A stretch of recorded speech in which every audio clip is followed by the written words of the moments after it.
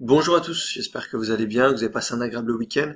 Je m'excuse d'avance pour le bruit en arrière-plan, des travaux sont réalisés sur la rue, donc voilà, ça peut gêner un petit peu. Mais je voulais à tout prix vous faire une vidéo sur le cadrage de deux indices, celui du DAX 40, qui était le DAX 30 et qui est passé sur le DAX 40.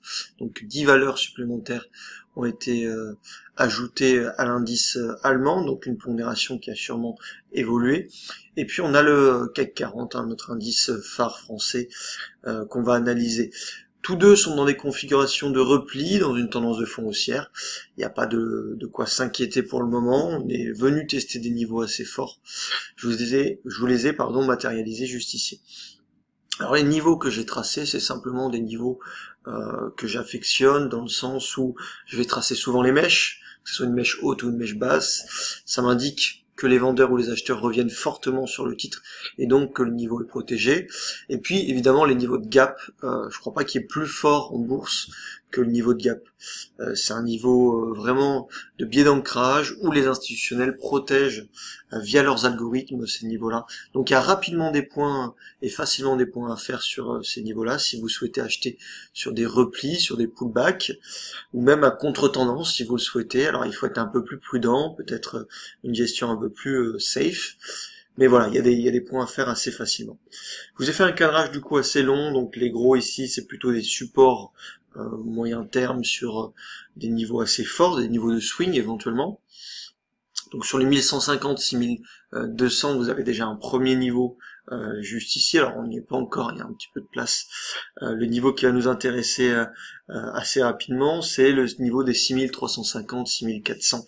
C'est un niveau qu'on a tracé ici avec le gap, plus la mèche ici, et c'était une zone de polarité également travaillée par le passé. Donc une zone assez dense, où sûrement il va y avoir des acheteurs qui se sont positionnés avec des ordres limites, et qui vont protéger ce niveau. On n'y est pas encore, rassurez-vous, puisqu'on est pour l'instant sur les 6546.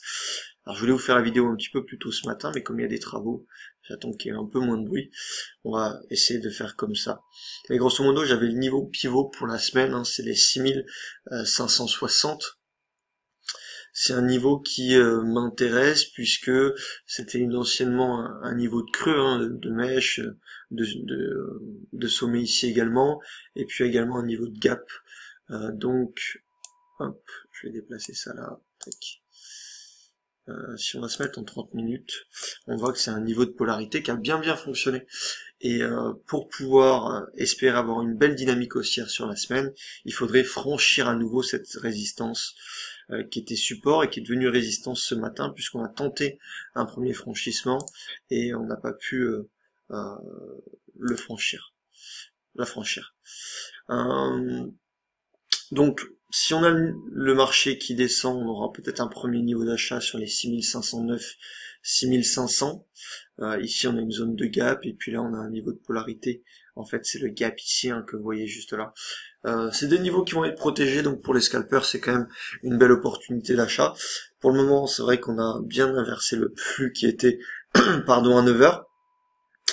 On va voir ce que ça donne. Mais en tout cas, voilà, le niveau pivot de la semaine, c'est 6560.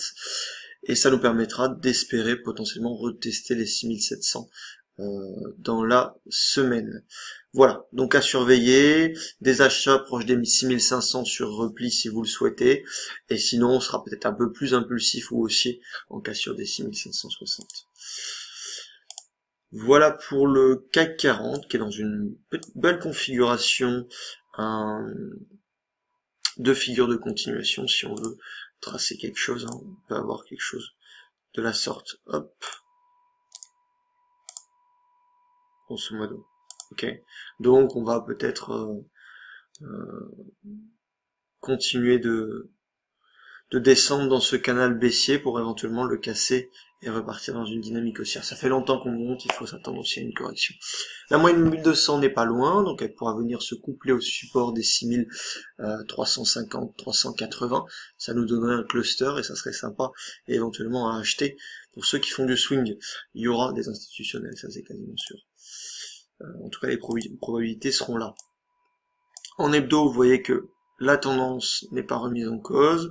Donc voilà, c'est juste une pause dans cette dynamique. Passons au DAX, qui s'appelle le DAX 40 maintenant. Le DAX qui est un petit peu plus faible, je trouve, qui descend beaucoup plus, mais qui est sur des niveaux de polarité. On a déjà atteint la moyenne mobile 200, donc on voit quand même que le CAC 40 est en nette surperformance par rapport au DAX 40.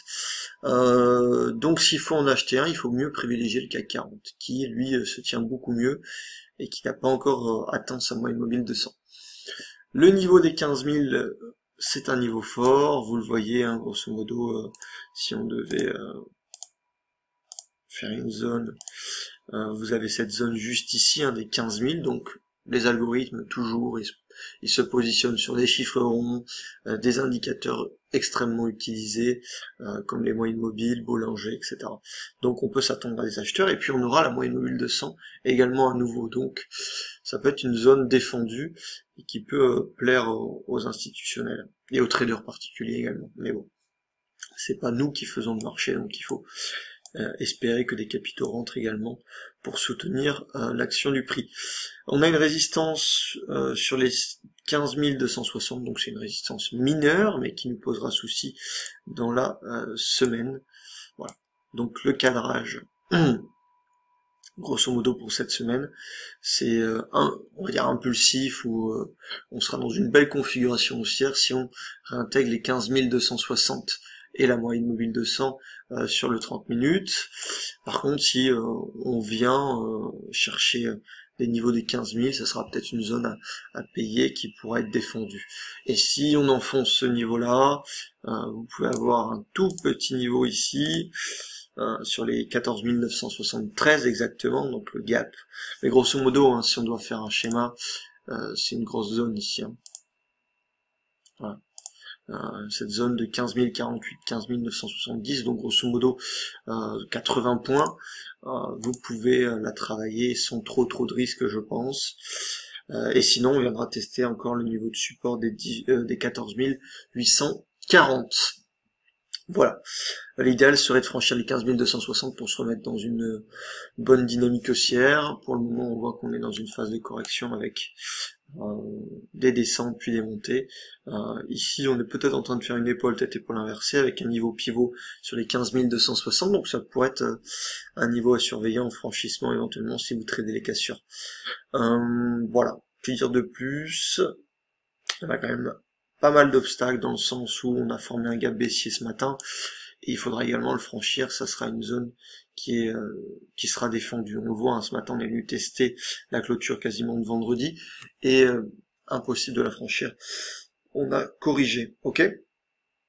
Voilà, j'espère que c'est clair pour vous. On essaiera de faire ça tous les lundis, peut-être sur d'autres indices également, un petit cadrage pour vous permettre d'avoir une idée où est-ce que le prix peut rebondir et dans quelle disposition l'actif va évoluer ou peut potentiellement évoluer.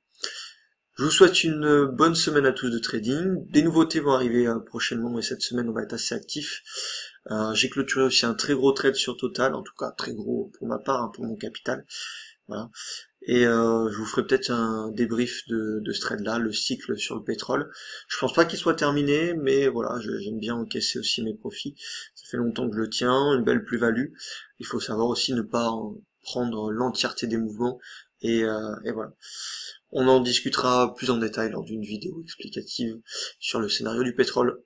Bonne semaine à tous, salut, ciao ciao.